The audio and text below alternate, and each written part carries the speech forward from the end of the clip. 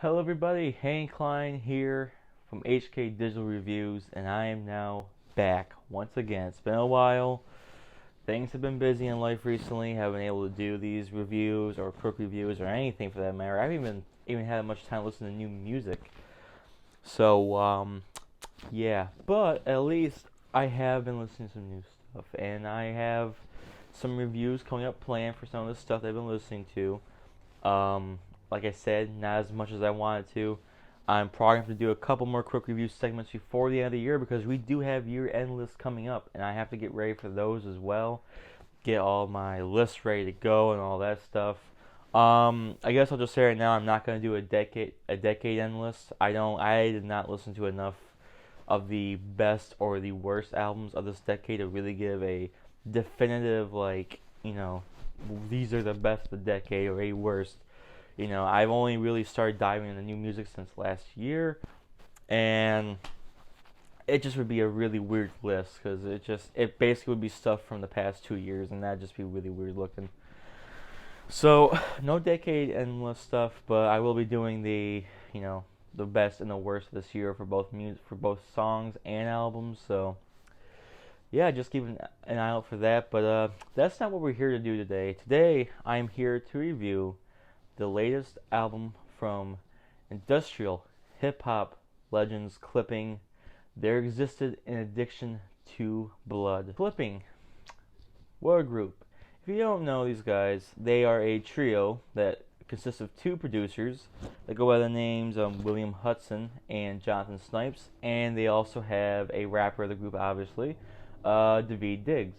Now, Daveed Diggs is a pretty interesting figure in this group because he's a rapper who's done a lot of stuff on Broadway and is mostly known for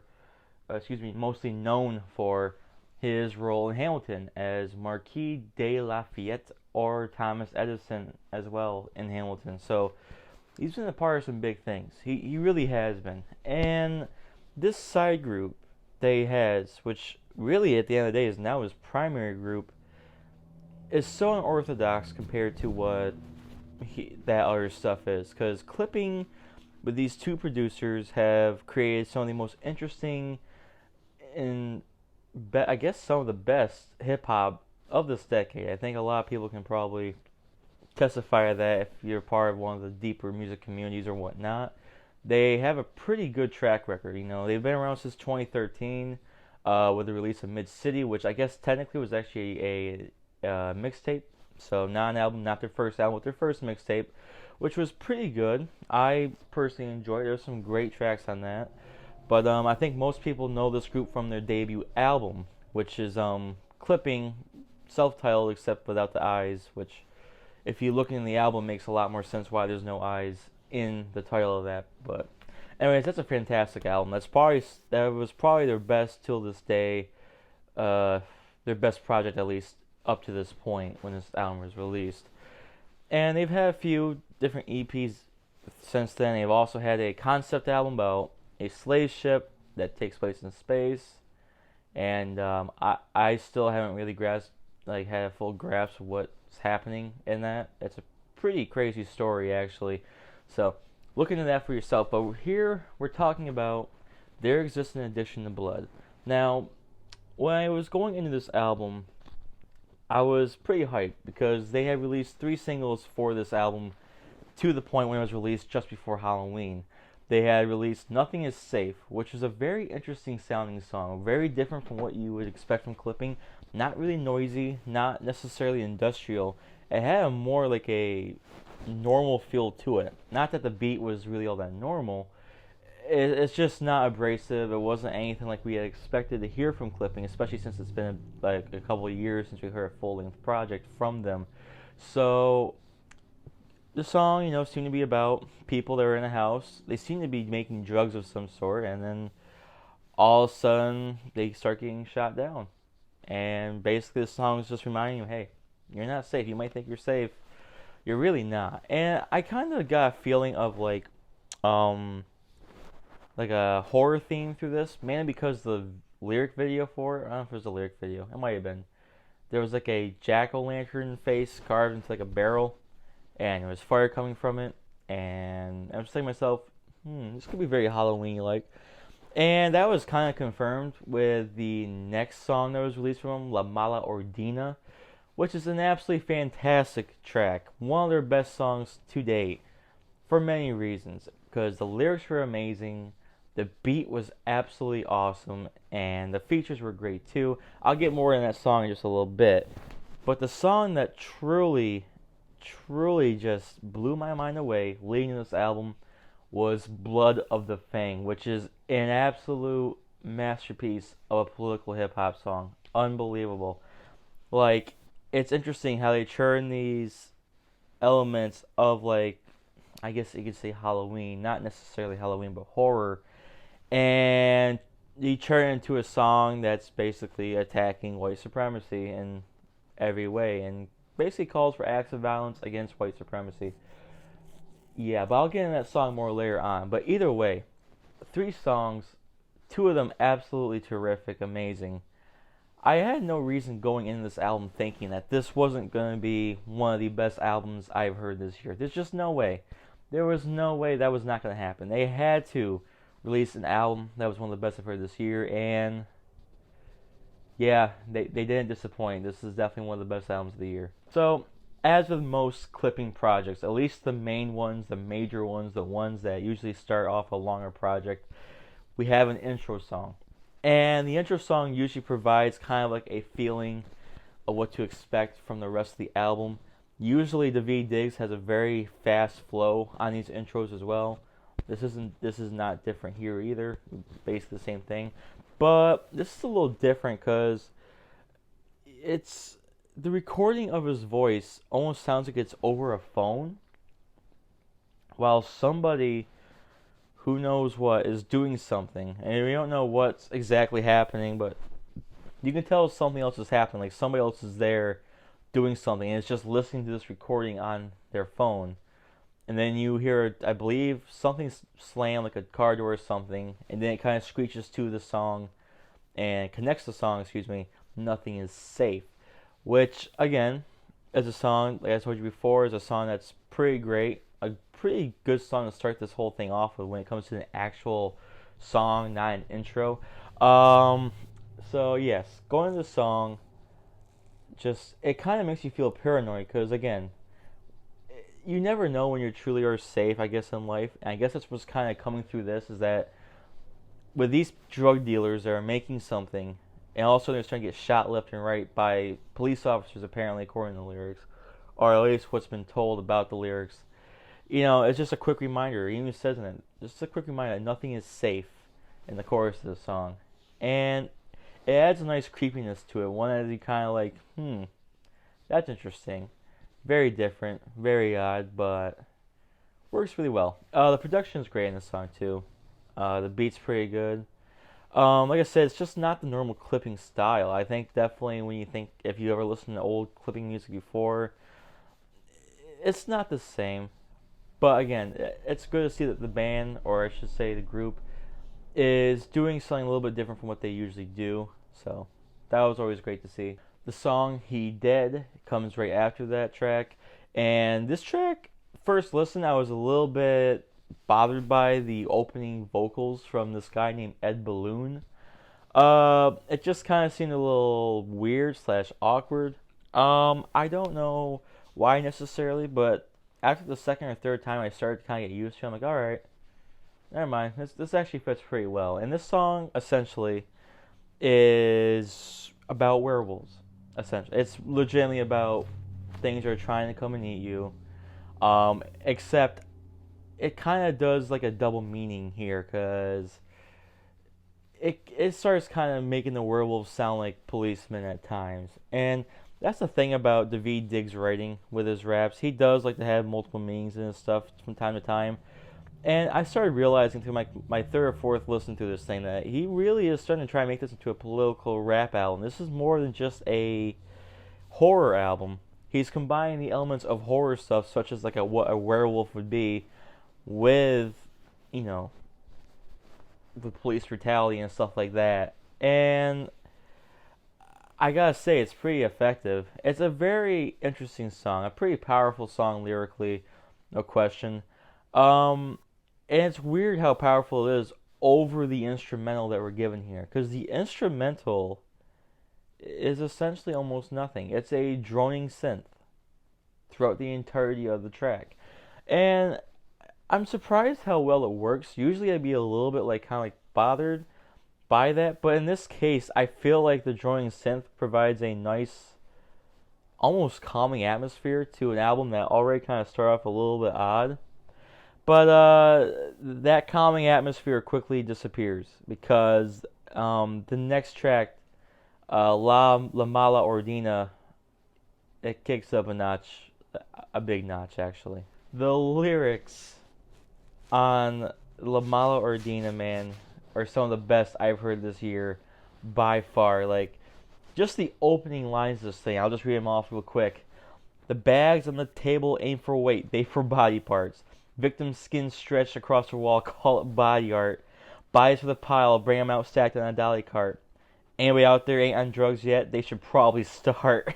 Like, that is just a fantastic. But then it kind of gets into like this whole like calling out like rappers now, because this song turns out to be a song about rappers who pretend they're gangster, who really don't know what they're talking about or never really been part of that. And basically he's starting to call them out for that and saying that they're just nothing but actors and stuff like that. You know, like, this is too real. Talk about your life in a movie when the parties start, but you ain't pick a genre, little bitch. That wasn't hardly smart. The script was shit. Your third act really drags. The structure falls apart. So here the fixer come, clipping legs, serve him a la carte. I mean, that is some fantastic opening lyrics to any tracks, because it goes with this theme of horror. Just the whole beginning, victim skin stretched across the wall, call that body art. That's disturbing. That's disgusting. That's perfectly horror themed. At the same time, calling calling these guys out for what they really aren't, even though they say they are these things, but they really are not. I love it. It's just so good. And then we have a couple features on this track as well. El Camino, pretty nice feature too. He's not like one that like flows the best or anything like that, but he gets his point out there. He does sound good with the song. I like it. But Benny the Butcher, he kicks a lot of ass in the song. His feature's great. And it makes sense, because he does rap a lot about gangster-like activities and stuff like that, because I don't know his backstory, but I don't think Daveed Diggs would have him out there if Benny actually had been part of a gang at some point. I'm just assuming. But yes, again, lyrics are great too by them. And then the last verse by Daveed Diggs, once again, the lyrics, I'm just like, holy hell. How does one write this stuff down? Like, it's just amazing. Rock, paper, ice pick, nice trick, no homonym. Cows from a magazine, make letters for your mom and them. It's just great. Who remember arts and crafts? These killers as artisans. With an arsenal to elevate your arteries, start again. I just absolutely love it so much. Also, like, rock, paper, gunshot, classic out in some spots. If you prefer the sweet life, maybe you can die like gumdrops. Smooth around and melting if you're left out when the sun's hot. This is the preferred method of smart killers and dumb cops. And that was actually the end of the song, but another line here too is, that round edge make it worser when the bubble bursts, you just cry. Lay out on the floor without a tongue trying to ask why. Like, God, I love these lyrics. They're just so rough. They're in a way like kind of like evil. It's just great. And in this track, at the very end, this last entire verse, alright, keep in mind, this last entire verse starts to fade out into like the stacky wasteland until his last line, and you just get pummeled with this 10,000 foot wall of noise. This very low end, grumbly, disturbing, intimidating as hell noise that lasts for about a complete minute plus. And it's amazing. This is literally how noise should be done. If you're gonna put a noise piece on an album, or sorry, my fucking mustache is bothering me, but if you're gonna put a noise piece in a song or on an album of any sort, this is how you do it. You put it onto an album that's already got a creepier side of things, where there's some horror stuff going on here. It's kind of freaky. This is how you do it. This is exactly how you do it, because this wall of noise is just insane. Just how everything's just rumbling in your ears. You can't get it out. It's just insane. I love how they ended this album. Not this album, excuse me. Ended this song. Yeah, that we got a long ways to go for that. But this song, it's just one. It's there's a reason why it's one of my favorite songs of the year so far. It's just so perfect, and with this album, it fits perfectly. So yeah, great song. Should probably also mention that there's an interlude between He Dead and La Mala Ordina called Haunting, which is it's actually kind of a chilling interlude. It's a woman talking about how she's been living in a house for 2 weeks and a lot of crazy stuff's already been happening. And then towards the end of this part, she starts to talk about somebody close to her. Then like it fast forwards, like you know how like a VHS will fast forward, like a tape or cassette tape will fast forward. It's like a part where she's somehow her brother or somebody or a friend who tried to kill her, but she knew it wasn't actually him. It was actually Satan and stuff like that. So if you fit that song in between, or that track I should say, in between He's Dead and La Mala Ordina, it fits perfectly. It just fits absolutely perfectly. Try to get through this a little bit quicker. I'm going to go through some of the bigger highlights for me. I want to mention Run For Your Life. Absolutely crazy track. Like this, this has one of the best ideas I've heard in a rap song ever. What starts off is you get like a somewhat of a beat that kind of fades out, and then Daveed Diggs comes in and just starts rapping over sounds of the street. And you're like, okay, this is different. Then you start to realize he starts to formulate a flow. Then a car drives by, and and it turns out this entire time Daveed Diggs is rapping over that car's beat, but you only hear it for a split amount of time when that car is there or driving by, and it's insane. It is such a good idea for a rap song. Such a good idea. And then multiple different cars will drive by, and you find out that he's changed his flow just a little bit to match the speed of that beat in that car. It just sounds so perfect. I absolutely love it. And again, it's another song about the street, basically. Just another, like, the dangers, the fears of living in the street. Because this album not only has the horror slash Halloween elements to it, this album shows real life fears, worrying about are you gonna die in the street today in some places. Like, it's incredible. And I love how he works the end of this as well. On this track too, there is a feature by what's her name, Lachat, I guess, and she does a great job in this too, because she basically plays like a female serial killer on this song essentially, and who uses lust to get at men and stuff like that.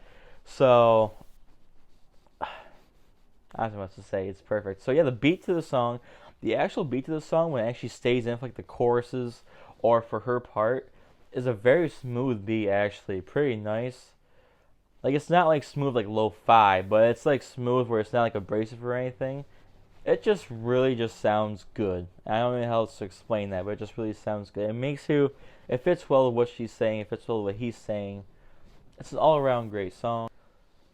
Club Down is another amazing track on this album. The beat to this thing is once again really not there. It's a droning synth or synths and samples put together with at times a woman screaming very loudly in pain.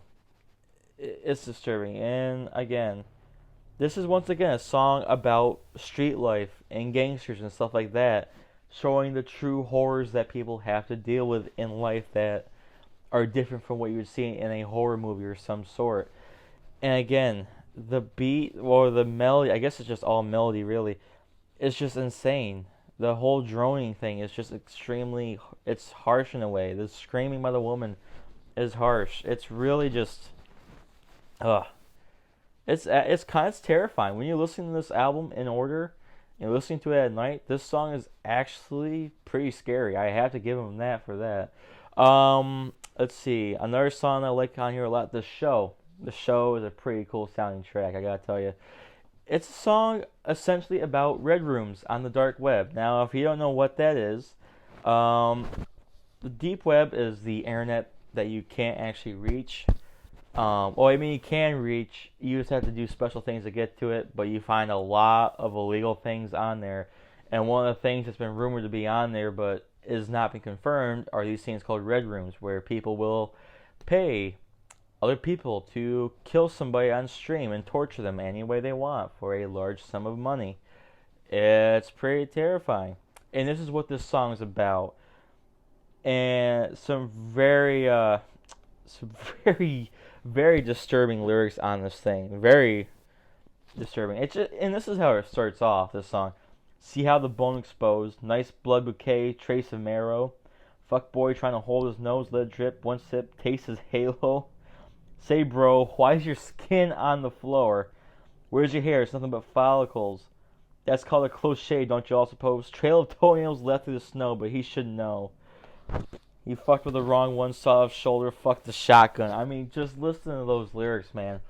Brutal as hell. Absolutely brutal as hell. And it's like he's directly aiming it, though, at like one person. There's somebody that's like pissed him off at some point that he's just aiming a lot of this anger at, but he's just putting it in this form. But yeah, this song is essentially about these red rooms in very detailed order about this shit that I could assumably happen in those red rooms. I mean, I don't ever want to think about what goes on there. I don't want to ever even attempt to try to find one. And honestly, if they do exist, there's a good chance they're just scams anyways, because from what I've seen on YouTube and stuff from people who know more about computers, they're not even possible to it's not even possible to do down there because of bandwidth and stuff like that. But again, either way, I don't want any part of it. But this song gives a lot of really disturbing details. The beat to it's very weird. It's definitely the most, I guess you'd say, uppity beat on this thing. Very industrial like too though. It's definitely one of the more industrial tone setters on this entire project. It's about 3 minutes long too. It's nice, short, and sweet. It's a good song. I like it a lot. Another one of the highlights on here for me.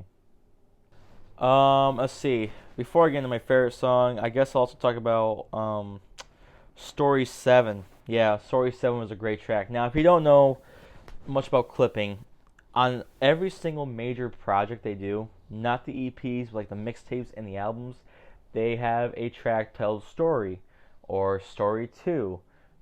Story 5, I think, is also another one of them. And they have a Story 4 with a different group uses a remix. But this one here is called Story 7. I don't know where these other stories like Story 3 or, or 6 are or anything like that. I don't know where they exist. They don't exist. I think they're doing it on purpose. I think they're going to try to wrap it all up at some point here. But because this story series, all these story songs kind of meld together in some way, shape, or form.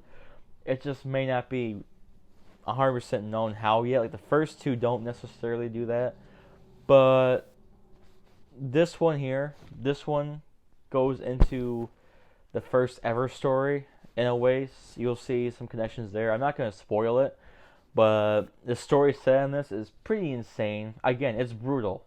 There's some brutal stuff that's said on here, just like the clipping stories beforehand. It's pretty detailed.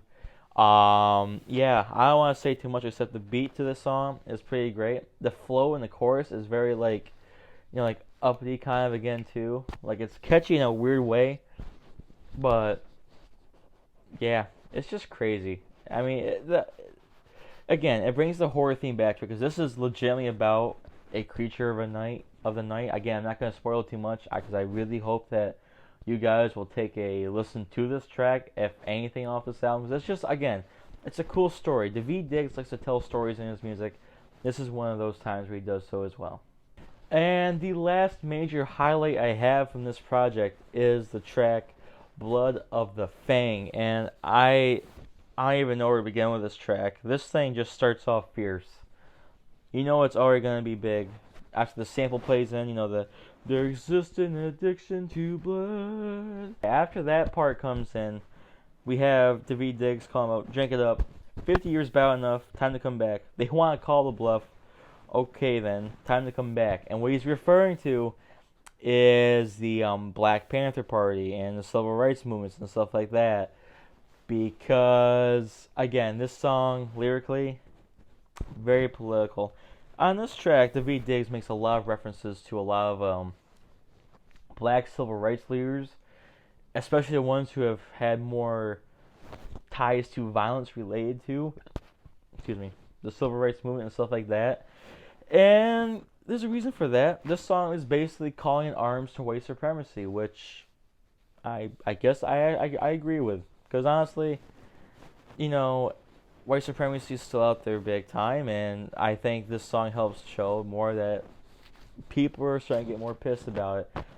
And it's very interesting to hear this song, because lyrically it's done beautifully. It really is. Like, there's a lot of like political hip hop songs out there that are very corny. They don't really provide any points. They don't provide any kind of like past history or nothing. They just say, you know, they say stuff like "fuck Trump" or whatever, you know, some shit like that, without really like making you want to feel anything. But this is a whole different story. This song has very mature lyrics, very well written, very well thought of.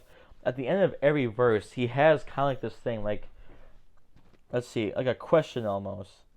So like on the first verse, the last two lines, Queen Angela done told ya, who, if you don't know Queen Angela, she was one of the leaders of the Black Panther Party, done told ya, grasp at the root, so what y'all talking about, hands up, don't shoot. And that's just like, ooh, like one of those, like, ooh, that's pretty hard right there. That's pretty hard. Basically saying fight back, don't be... Yeah, basically, in that case, it's kind of going against police, which is not exactly the best thing ever. I mean, if hands up, don't shoot, you probably want to follow along with that. But I get where it's coming from. It's still a very impactful statement. Like at the end of the second verse as well. Where is it? Yeah. This is Brother Malcolm from Malcolm X done told you by any means. So what y'all talking about on the same team? And it's just like jeepers. And he's really going for it here. And the chorus in this thing is fantastic. The whole like the sampling of like the chants going on in the background is fantastic. The beat to the song too is phenomenal. It's one of the best beats I've heard in a while for a rap song. Absolutely fantastic. These guys definitely outdid themselves on this song with it. But the third verse on this song is incredible. Daveed Diggs' flow for basically the entire project, especially the song, is impeccable. So damn good. He can flow any speed he wants to and sounds absolutely amazing. And when he raps fast, he has meaningful songs. He's just not trying to rhyme stuff to say he can rap fast, like, you know, like Logic would or something. He's actually having a lot of meaning with it, and some of the lines in this too are just insane. Because the one that really gets me towards the beginning is, I'll just say the first few lines. Everybody want to kill a movement for the moment, but they cannot kill what cannot die. There wasn't ever really an opponent for what they figured was only 3/5 human, and that there, I'm just like, oh man. Not gonna lie. Made me feel bad. I'm like, yep, because our dipshit asses thought that back in the day. We only counted as a 3/5 of a person, because, you know, we were piles of shit back then. We really were. And just stuff like that, when I heard it, I'm just like, oof, that hits hard for me. Like, yeah. Like, it makes you just want to apologize, really, on account of most white people. We're sorry. That was not good back then. But, and these lyrics, again, just referencing so many different black civil rights leaders throughout. Smartly, too, again. And he just flows so damn well over it. And again, towards the end, the very last few lines, Prince Stokely done told y'all, have no fear. So how come every time like yak, y'all look scared? And I just love these questions that end this, because again, they just hit hard. Just like, damn.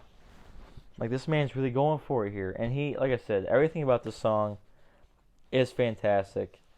The political side of it is very fierce, very strong, very like, it has that like, you know, the attitude that Prophets of Rage try to have with their stuff. They're trying to be like anti-government and stuff like that. This actually is so smartly written, and so it's not even close to corny at all. It's actually like, sounds extremely smart, sounds very methodical and thoughtful. I mean, yeah, this, you can't get much better when it comes to political music than this. This is perfect, really. This is a call to arms without sounding corny about it. This is a call to arms while sounding extremely smart and mature about it. And with the amazing beat to this thing, the fierceness that he has throughout this entire track, Yeah, this song is absolutely amazing. This thing is almost in a way like a masterpiece of rap music. Unfortunately, though, it's probably not going to be seen as much because, again, it's part of a group who is unorthodox. But, it is what it is. That's what I think of it. But it's an amazing song if you get a chance to check it out, which I hope you do check out the entire thing. This track really just blew my mind. Now, this album's not perfect, though. A clipping album usually, unfortunately, doesn't ever hit the perfect mark. I haven't seen a perfect clipping record yet, unfortunately. This is not the case either. The track "All in Your Head," I actually think is the most industrial sounding song on here. It's definitely a good sounding song, but the problem is that it doesn't really. It's not. It's not really a clipping song. It's really weird. Like, Daveed Diggs is a very small part of this entire song. Like, a very small part, actually. He's only does the verses, and the verses are very, like, short. There are 4 lines, essentially. And then all these interlude parts are taken over by a female named Robin Hood, who literally does all these interludes in between it. And then that's it. Like, Daveed Diggs is a very small part. But this song, the song's meaning is pretty interesting. It's like it's basically like a pimp song almost, but it's like done in a way that reminds you like The Exorcist or something like that, which I guess makes sense, especially reading this Genius thing here, and it says it's done in like an Exorcist style. But it's really weird. It's very interesting. Again, matching street life with stuff that's Halloween-esque. It's really interesting how he's doing this throughout this album. And this is just another case of him doing it again. But again, it just feels more like a Robin Hood song with a Daveed Diggs feature. Or I could just say a clipping feature with the production and stuff. It's a good track, but it kind of feels weird against the rest of the album. So, yeah, I'm not too sure. Attunement is a track that is not really bad. It's just really forgetful. Like, I've listened to this album multiple times, and I remember all the tracks very well, except for this one.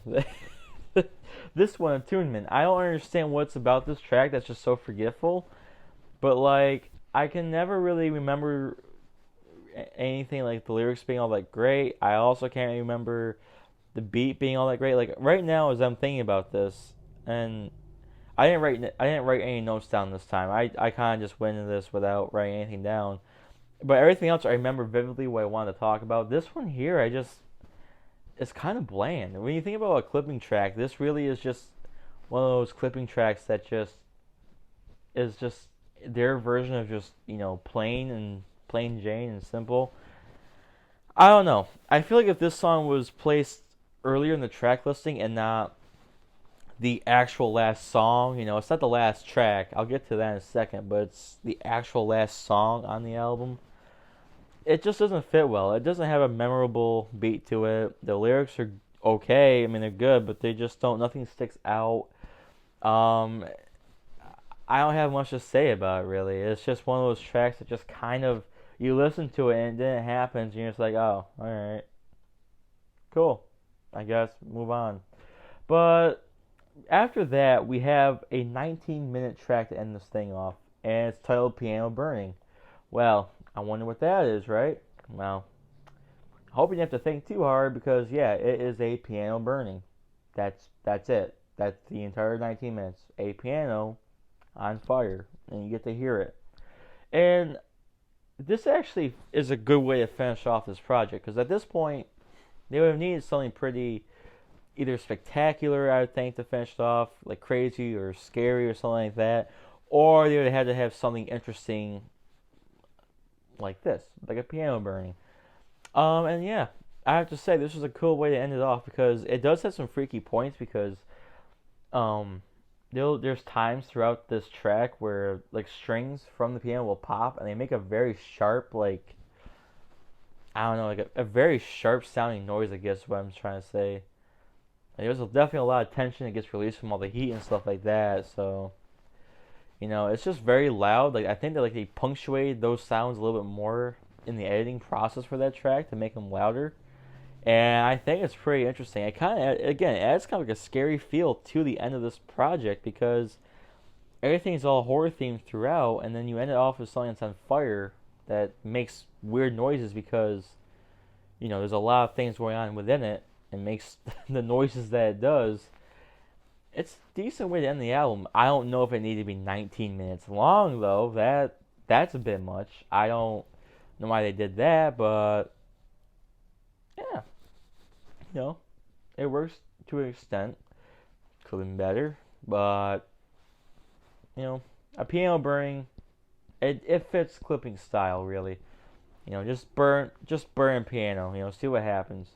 Turns out it sounds pretty damn spooky. So I kind of like that they did that. But yeah, that's how you decide to end the album. Overall, this was a pretty great clipping record. Once again, clippings come through with a very solid, very thoughtful, very thought provoking, and in a way, very scary album. This is definitely an album that, when it came up for Halloween, it fit perfectly with it.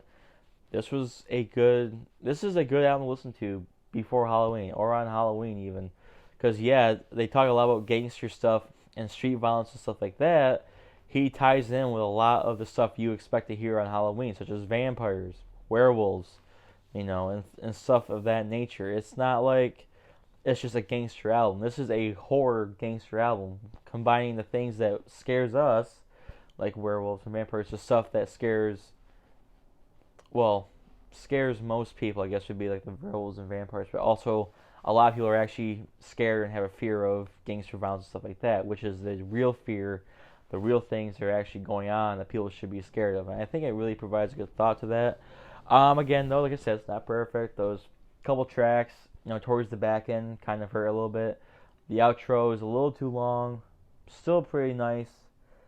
But there are some problems to it. It flows pretty nice. The V Diggs is almost flawless throughout the entire thing. So, I can't complain too much. So, I think for clipping their existing addiction to blood, I think it's a 9 out of 10 for this one. So, yeah, that is it. Thank you all so much for watching. I hope you enjoyed this video. If you liked it, like the video, please. Comment, subscribe, ring the bell if you want to. It doesn't matter to me.